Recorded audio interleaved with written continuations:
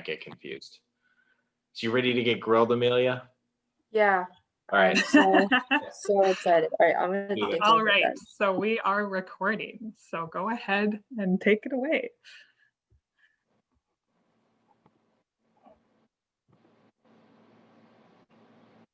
All right, hopefully.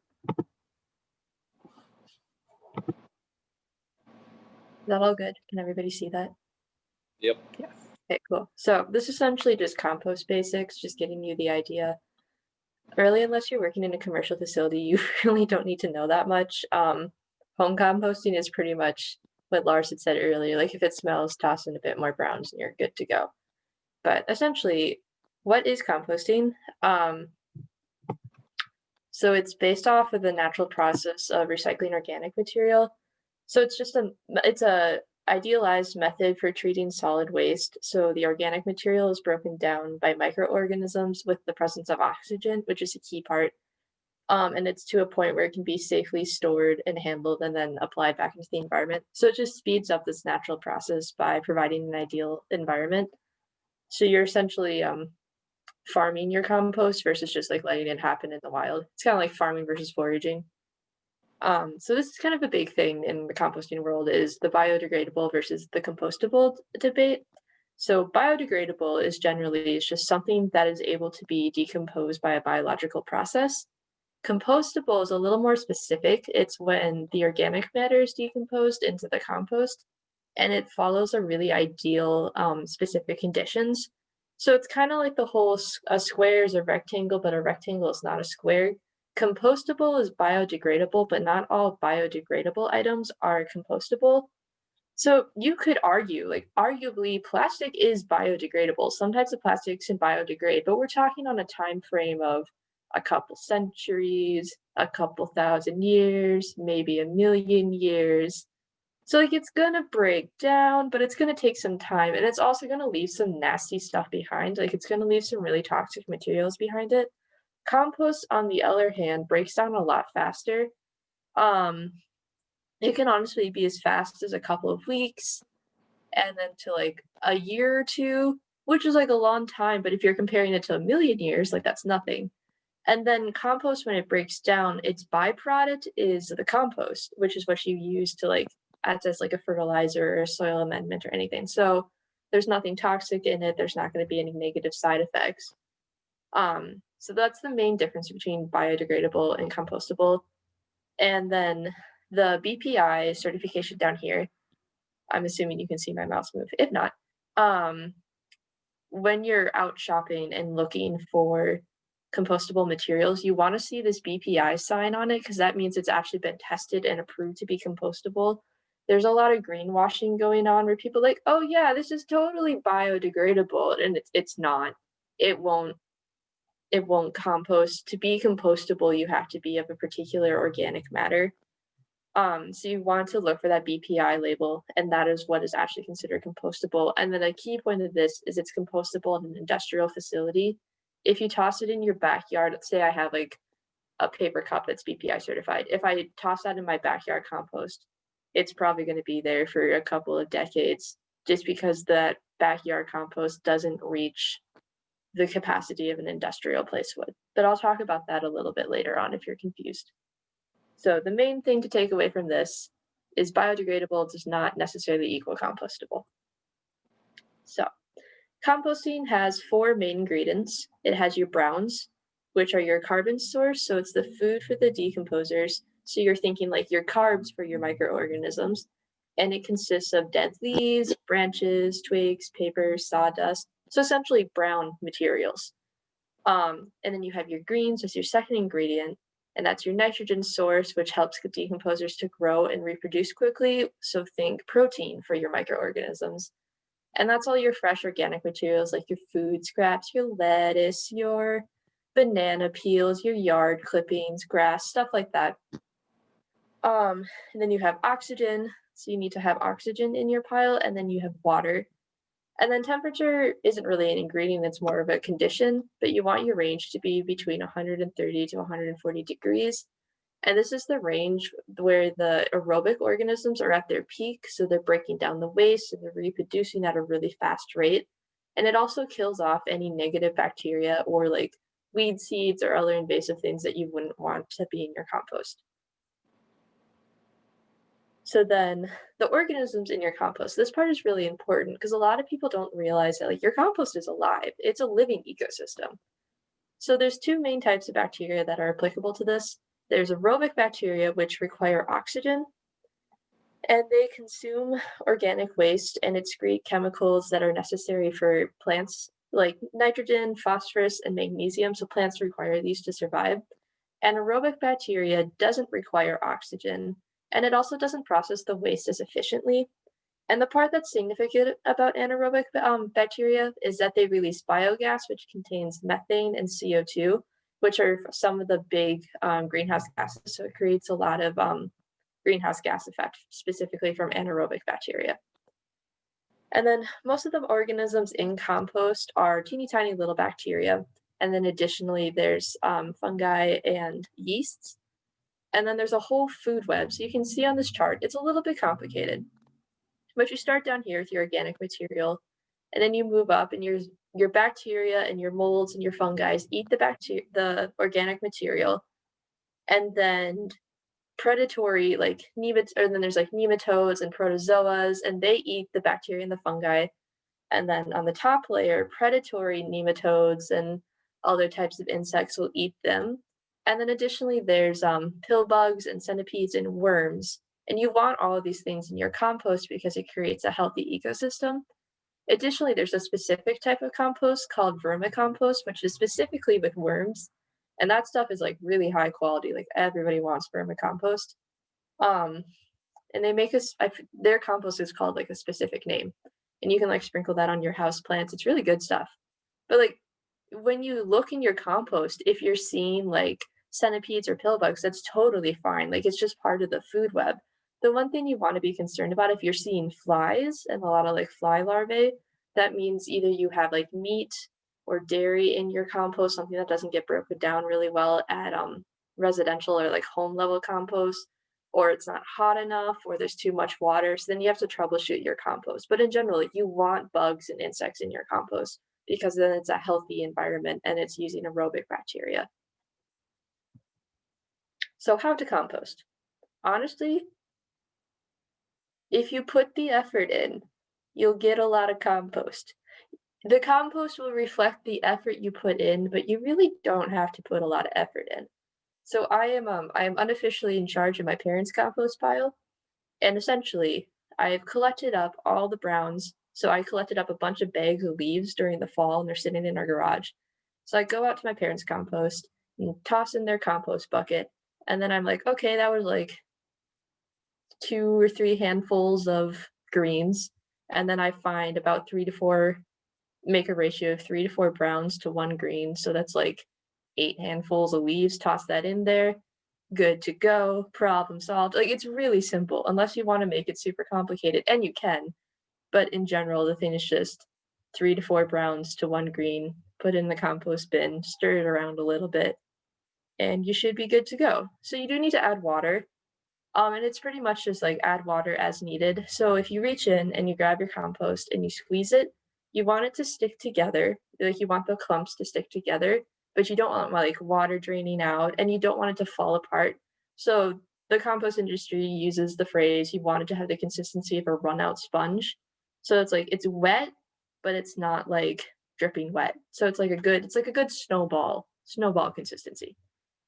And then you have to turn it every once in a while, so usually about every 10 days or so. And this is to introduce air. So you want to keep turning it so you keep air moving through it so it keeps its aerobic conditions. And this also transfers food, organic matter that was on the outside of the pile onto the inside of the pile where there's more heat, and then they can get broken down as well. And other microorganisms can eat on that organic material. So you're just constantly moving it around to introduce air and to distribute the organic matter around so it all gets consumed equally. And then, of course, like you turn it more during the summer because it's hot outside, turn it less during the winter because it's cold outside. And at this point in the winter, I don't bother to turn it at all because the file is effectively dead. There's nothing going on. It's too cold for any bacteria to be out there to really be processing anything.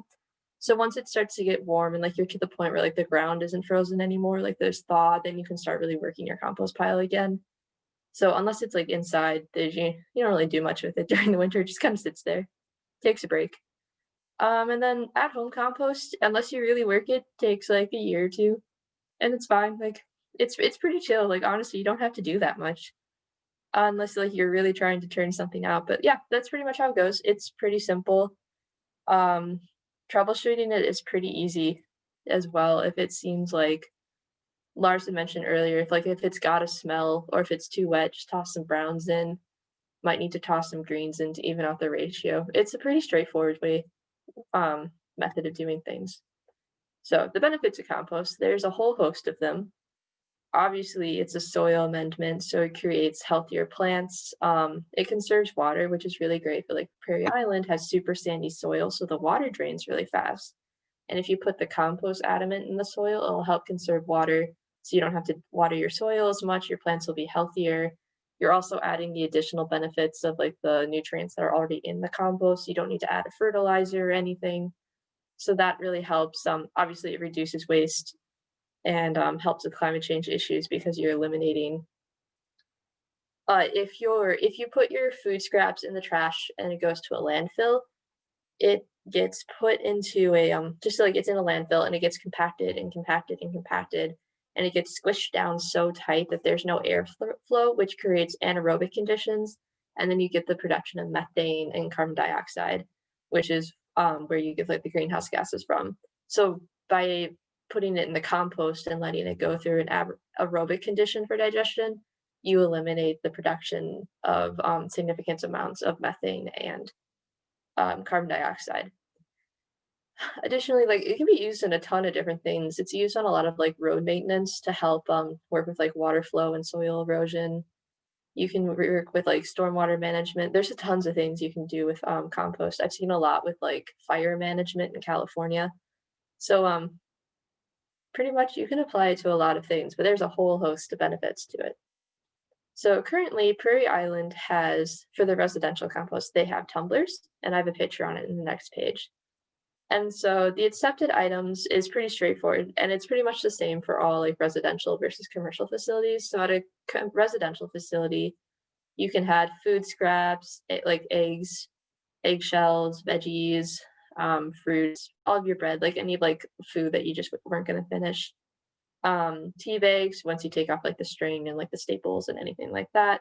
Coffee filters, and lightly used napkins. You don't want them to be too greasy because that would fall into the other category of non-accepted materials. So it's like meat and bones, dairy products, oil and grease.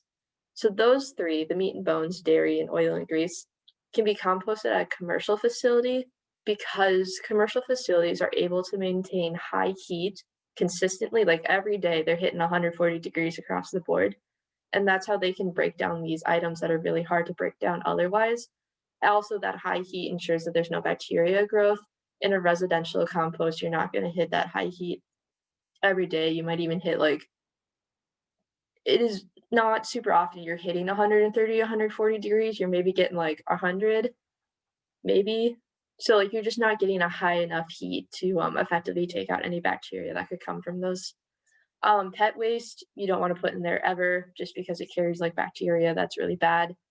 Commercially composted items, as previous with like the other group, it just doesn't get hot enough in a residential section to put in these items. And then obviously yard waste treated with pesticides is a no, because the pesticides will be carried through the compost process. Like there's not like a chemical cleaner really, so like the pesticides will continue through and then that'll end up in your final compost, and you don't want to be selling a compost product with like additional pesticides.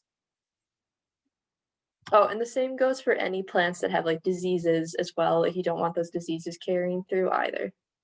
So this is an example of different types of residential. So we have like the tumbler here, and that's really nice because it has like an arm on it. So you open it up, toss your compost in there, and then you turn it once, and ta-da, it's mixed. Super great. It's really easy, really nice. I wish I had one of those. I have to use a fork and like mix up or a really awkward size bin. Additionally, there's like these corrals here, which work like we don't necessarily use them quite the same way, but these are also a really great way to do home composting. You can put like chicken wire up around them and then just toss your compost in there. That works really well. But in general, for residential compost, you want the pile to be at least the size of 3 square feet, 3 cubic feet, I believe. Because then it'll like at that point it'll amass enough. It needs to be that big so it can get the heat. If it's smaller than that, will never hit high enough temperatures to be effective. It'll just take a really, really long time. So then commercial composting facilities, they can take in like tons, as in the unit, tons of materials each day, and they can create a final compost product as quickly as 3 months. Like it's super fast. And that just comes from hitting these high temperatures every single day. And they use different methods, and I have a picture on the next slide. So there's windrows, aerated piles, which is essentially just a pile of compost, and it has pipes running through it that introduces air. So it's just essentially like they put like a breeze through the middle of this pile to keep it aerated. And then in vessel, which is essentially you have a vessel and you put your compost inside of it. And then these can accept more types of green because they consistently reach the high temperatures. So meat, bones, fish, fat, dairy, and commercial compostable products like a compostable cup can all go here, while they couldn't go to a residential collection area. And then these are a couple examples. So the picture on the left is an example of a windrow. And that big machine that you see is I don't remember its actual name, but it's like a windrow turner. So it's turning the compost and you can see all that steam coming off. That's the heat of the pile. So as they're going through and like they're turning this pile and twisting it around, you can see just how hot these piles are getting. And like you can like stick your hand in them and you're like, that is a really hot pile. Like it's uncomfortably hot to put your hand in one of those piles. So you can see just how hot they get. And then an aerated pile would look like that, but a pile and not a row, and there'd be pipes in it. It is what its name says it is. And then the picture on the right is an example of like a pretty small in-vessel composter. So on the left side, there is a just like a grater, a shredder. So it tears up everything into really small chunks, small even-sized chunks, and then it gets fed up into the barrel. And then that barrel probably, I'm assuming so, judging by the marks, it just automatically turns itself. So it's like our tumbler barrels, but on a much bigger scale. And it just turns itself and takes care of the compost that way. So I live in Dakota County, and if you live in Dakota County, they have a really great commercial compost drop-off sites. So I'll grab my compost bucket. I brought it for presentation. It's show and tell.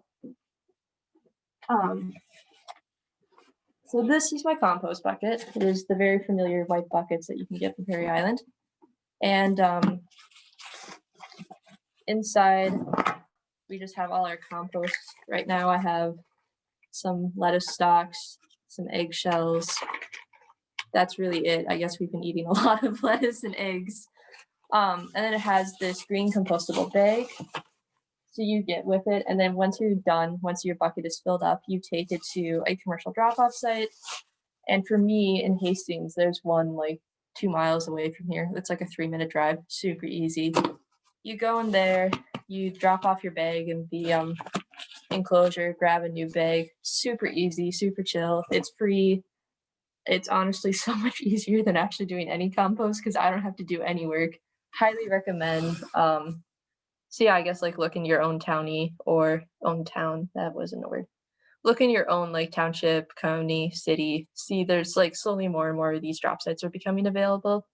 But I recommend those. They're super chill. They're really easy to do. But yeah, that's pretty much composting. Like there's a lot more details when it comes to commercial level, but as far as like at home, the amount of energy you put in will be reflected in the amount of compost you get out. And if you're just like, I don't want my food scraps to go to a landfill and just you toss them in a compost bin, that is a-okay, totally fine. And that's really all you need to do. It's really pretty straightforward. There's nothing too complicated with it. So that's pretty much all I got. So is there a size that we should like cut our material up into before it goes into the composter? Or like if, I've just got a batch of apples that went bad, can I just toss the bunch of apples in there? Yeah, so like if you want to go through and chop off your stuff, like I'll get out a lettuce stalk. Like if you want to go through, because like I have this big piece, and if I broke it up into smaller pieces, obviously it's gonna break down faster because they're in smaller pieces. So yeah, if you do that, that is gonna help. It is gonna make it faster and more efficient. But if you just don't really care that much and you're kind of lazy, that's totally fine. Like it'll be broken down. It'll just take a little bit longer. So if you want to speed up your process, you're like, yeah, I'm gonna get a ton of compost this year.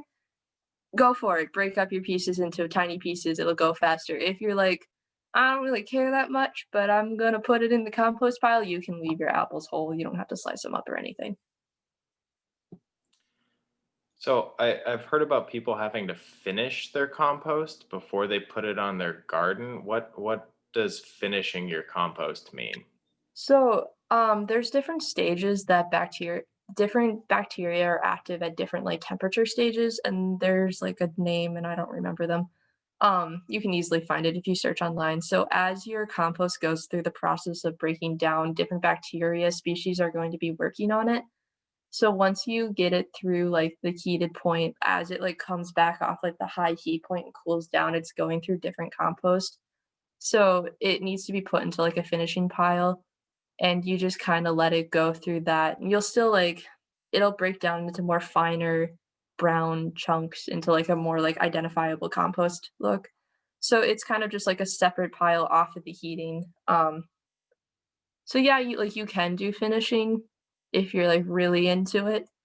Go for it. Like there's I keep repeating this. Like if you don't want to put a lot of effort into compost, that is totally fine and you will still get like a decent product. If you want like a really good product, yeah, finish your pile, which is just you put it in a separate area and you let it finish going through like the cycles of the different bacteria. But that's really like what finishing is. It's nothing. I think like you have to like turn it less and like look for certain signs, but it's not like like it's a big deal, but it's not like if you're not really trying to get a massive product, like you don't really have to worry about it too much.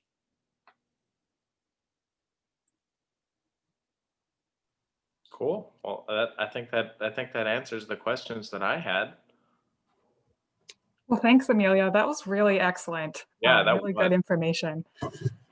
I have a couple other just kind of comments and questions too. Mean that you had mentioned at one point like reaching into the compost and like seeing if it's like a wrung out sponge. Can you talk more about that?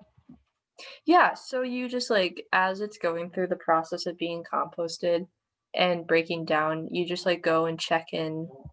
So like if you're at like the tumbler, you take the tumbler door off, you reach in and you take out a clump.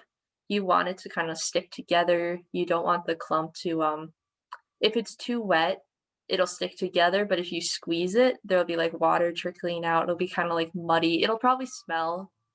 You kind of like your compost is going to smell. It's going to kind of have like an earthy smell. There will be like a little bit of a decomp smell just because it's going through the process of decomposition. Like that's going to happen. But if it's too wet, you'll start to get like a really strong ammonia smell and you'll be like that like classic like ooh garbage smell. So if it's too wet, it'll smell. It'll be kind of sticky. There'll be a lot of excess water. If it's too dry, it'll be really like small, super small particles, almost like a sandy feel. You kind of know like how like sand runs through your hands, that sort of feel. So if it's like that perfect run out sponge consistency, it'll stick together, but it won't be too wet. It won't be like dripping water. It won't be like breaking off into tiny little pieces. It'll just kind of stay as a unit, but not be and have like some dampness on it, but it's not going to be either super wet or super dry. Yeah, very good. For sure. I've been told, if you're looking at your compost pile and it's so gross that you don't want to put your hand in it, then it's way too wet. You need to add more browns. Then you need to add a lot more browns. Because we've all been, you jump in leaves or you play in the dirt. I mean, like those types of sensations are much more pleasant to feel versus like this wet, squishy stuff. So if it's wet and squishy, and you're grossed out by it, that's a good Yeah, indicator. your compost pile should never be really, like, gross. Like, there's gonna be a little bit of mold. I guess people could find mold unappealing, but unless, like, if, like, your mold is covering, like, everything, if every surface of every particle is covered in mold, like, you got an issue. But if there's, like, a little bit of mold here and there, like, it's fine. It's not that big of a deal. Or if there's, like a slight layer over the top, like, that's fine. I've seen that before. It's just, like, a natural part of decomp, but, yeah, so mold, like, it shouldn't be, like, really wet. It shouldn't smell really bad. It shouldn't be, like, a gross looking sort of thing. It just kinda looks like just, like, dirt with some, like, apple cores tossed in it or something like that. Yeah, I use a lot Yeah. of leaves in mine. So I like to liken it to like the very bottom layer of leaves on like the Mhm. forest floor, like right as you like hit the dirt. Like you're gonna see like all sorts of little stuff growing in there and it's gonna be kind of wet and but it's gonna have that like sort of earthy, satisfying smell to Mhm. it. And not like if there's anything astringent, like then like that for me, it's always like something is too damp. Yeah. And I've also seen before in really active, healthy compost piles, sometimes you'll see it looks like a little cobweb or it's like this white, like shiny stuff. And so sometimes I've heard people think that's mold and like think that's really bad. That's actually like really excellent stuff to have in your compost. Yeah, that's Like that it's a slide that you fungus, had, right? Amelia, of the Acetinomyces bacteria, like that, I think that's what it is, right? Yeah. It's like that super good stuff that's breaking things down. Yeah, so, like, your compost is alive and, like, you want things in it, but if it's kinda getting to the point you're like, "Hmm, that doesn't look like that should be there," it might be worth time being, like, checking it out. Honestly, like, there's so many blogs about composting online, there's a ton of YouTube videos, and, like, people are really into it. So, like, if you ever, like, I don't know what's going on here, you could honestly, like, take a picture and post it online, and I'm sure someone would be like, "Oh, yeah, it's like this, and you gotta do this and this," like, there's a pretty strong online composting community, so if you're ever really stuck, like, there's a lot of places where you can reach out to. That's a great suggestion. I've been loving my Facebook groups during the pandemic of helping me identify plants or helping with random home fix it projects. And composting is the same way. People are always willing to share what they know. One other thing I just wanted to highlight was, well, I guess reiterate what Amelia was saying about the size of the compost being matters. You know, she talked a lot about home composting and how it's just a smaller quantity, and so it just can't get to that high enough heat. And about how that's why the commercial compost can break down so many things, right?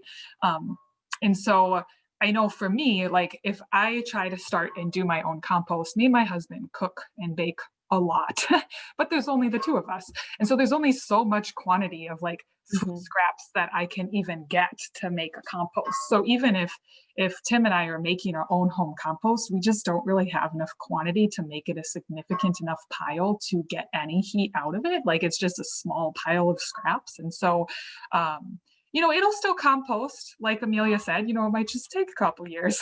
It'll Yeah, all like, break down I eventually. use the example of my parents' compost all the time, but it's kinda like you're basic like, we have, like a little chicken wire fenced-in thing, and, yeah, honestly, even with a family of 4 people and one of them's a vegetarian, like, we have, like, it's like a bucket, like, this big, and that'll get filled up maybe, like, once or twice a week, and just even that, like, taking that out, like, we barely made any compost, but it breaks down, like, it goes away, like, you'll be amazed, be like, "Wow," like, you don't it goes away, like, clearly, we don't have, like, 20 years worth of compost built up.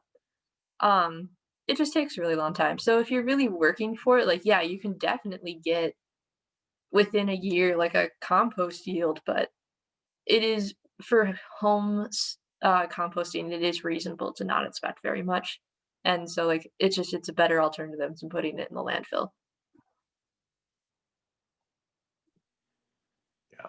I'd like to suggest this composting for a new generation. It's probably one of like the most like concise books that goes over like a variety of all of the different methods of home composting in like a super simplified detail. So if it's like a really intimidating process to you and like you don't want to spend a bunch of money on a tumbler, this book has a bunch of really great ways that you can just start composting a very small amount and just engage in that little bit of waste diversion. I included 2 links, both the Amazon link and then one to purchase it from Moon Palace Books up in the Twin Cities. So I would highly recommend checking that out for anybody that still feels like intimidated by composting, but it's really just like, just leave it be and generally try to get the ratio right. You know, it's like if something smells off or feels off, just call one of us and be like, hey, it's doing this thing. And if you're calling me, 9 times out of 10, I'm going to tell you to just add more browns to it wait a week and see what happens. Mix it a little.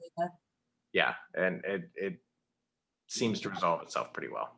Yeah, another great place, like if you do want to buy like a tumbler or a compost bin, Craigslist, Facebook Marketplace, they're honestly like really great place to find those. Like you might have to wait a little bit, but eventually something will come up. It'll probably be at like a reduced price of what it originally was, most likely in pretty great shape.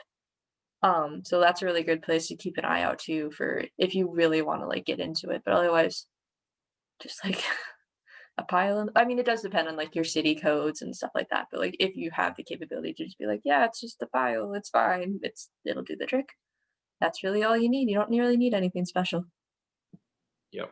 And if you are going to get a tumbler, make sure that you get one that is plenty big enough. I think Amelia is spot on with like the 3 cubic feet that it needs to be able to fit. Our initial experience with the community compost tumblers, we had some like little ones that were cool that you could sort of like batch load them, but they just did not, there was not enough space in them to get the kind of aeration that we needed to make sure that it was actually composting. So it went, they got nasty pretty quick. So if you're going to get one, like make sure that you get like a plenty big enough one, or even better, get together with a couple of your neighbors and be like, hey, we want to become some compost hosts, and get a bunch of people to pitch in on one, because that works way better than a single household. Otherwise, like Amelia said, it's just going to be a very little amount of compost that you actually end up getting out of it. You gotta get a few households together to start really producing something.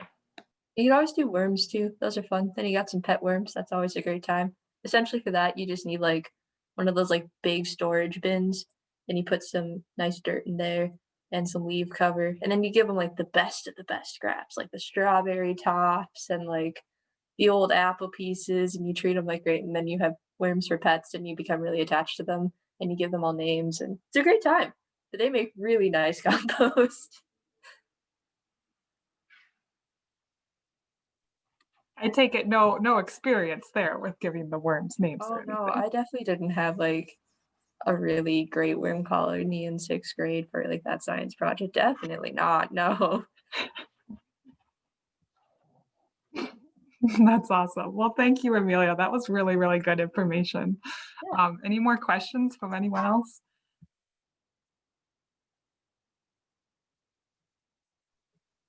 You covered it all, answered all of our questions.